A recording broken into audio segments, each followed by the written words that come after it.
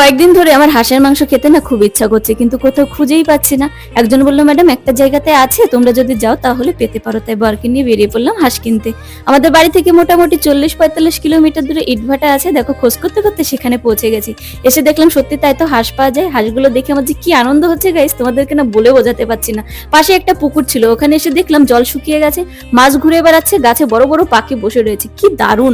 তো গাইস দেখো এই জায়গাটা না এত সুন্দর, চারিদিকে নির্জন নিরালা সবুজে সবুজে ঘেরা, আর ইট বানিয়ে দেখো ভর্তি করে ফেলেছে। খুব সুন্দর জায়গাটা।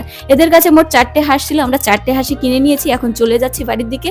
বাড়িতে এসে হাঁস কেটে রেডি করে ফেলেছি, এখন রান্না করলে হয়ে যাবে। দেখো চর্বিতে ভর্তি। রান্না করতে করতে 1 প্লেট কষা মাংস বরকে তুলে দিয়েছি, উনি খাচ্ছে আর বলছে হেভি টেস্টি হয়েছে। আমার তো তস হয়েছে না খাওয়ার জন্য। দেখো ছেলে মেয়ে ছুটে চলে এসেছে কষা মাংস খেতে। গাইস তোমরা যারা যারা এখনো পর্যন্ত হাঁসের মাংস খাওনি, একবার খেয়ে দেখতে পারো, ভীষণ ভালো লাগে। তো চলো গাইস কষা মাংস খেতে থাকি, ততক্ষণ তোমরা আমার চ্যানেলটি সাবস্ক্রাইব করে নাও। আর সবাই ভালো থেকো, সুস্থ থেকো।